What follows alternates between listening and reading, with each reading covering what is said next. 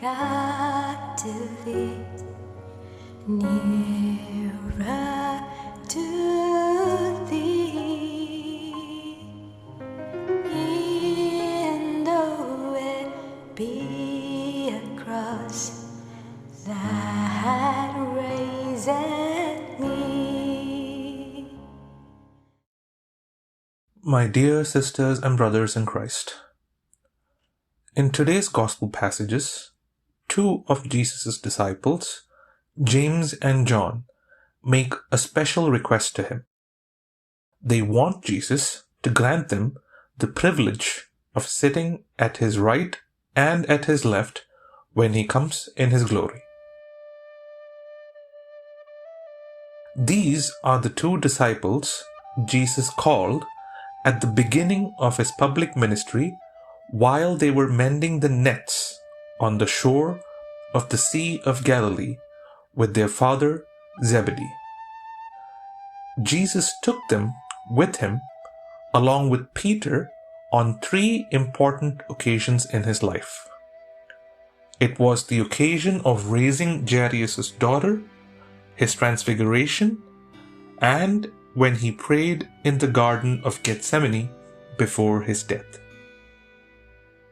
But it seems that somehow they did not understand everything Jesus spoke about his death and resurrection. Their concern is to secure a place in his future government, to sit at his right and left. They are really seeking power and prestige before others steal them from Jesus. Jesus lays down the conditions to grant such privileges. They have to drink the cup of his suffering and receiving the baptism. In other words, James and John must be united with Christ in his death by dying in their old self and then begin a new life in him. Still my soul shall be nearer, my God, to Thee, nearer, my God, to Thee, nearer to Thee. We know that those who are in the position of authority enjoy special benefits. They have special privileges which the ordinary people do not have. But Jesus comes with an alternative way of leadership style. His disciples are to be different in exercising their authority.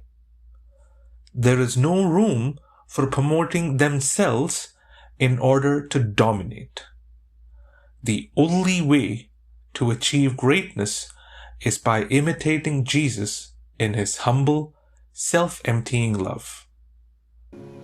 Though like the wanderer, the sun gone down,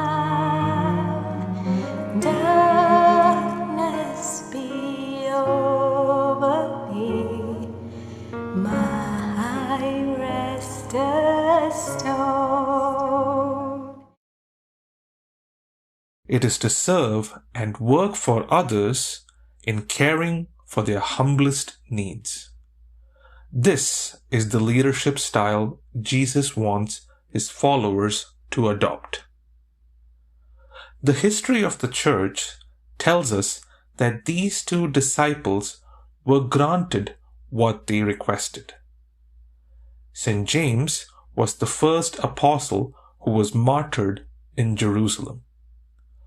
He is also the apostle of Spain, and tradition attests that his body was buried in Spain. His tomb in Santiago is one of the most important pilgrimage sites in Christianity, along with Jerusalem and Rome.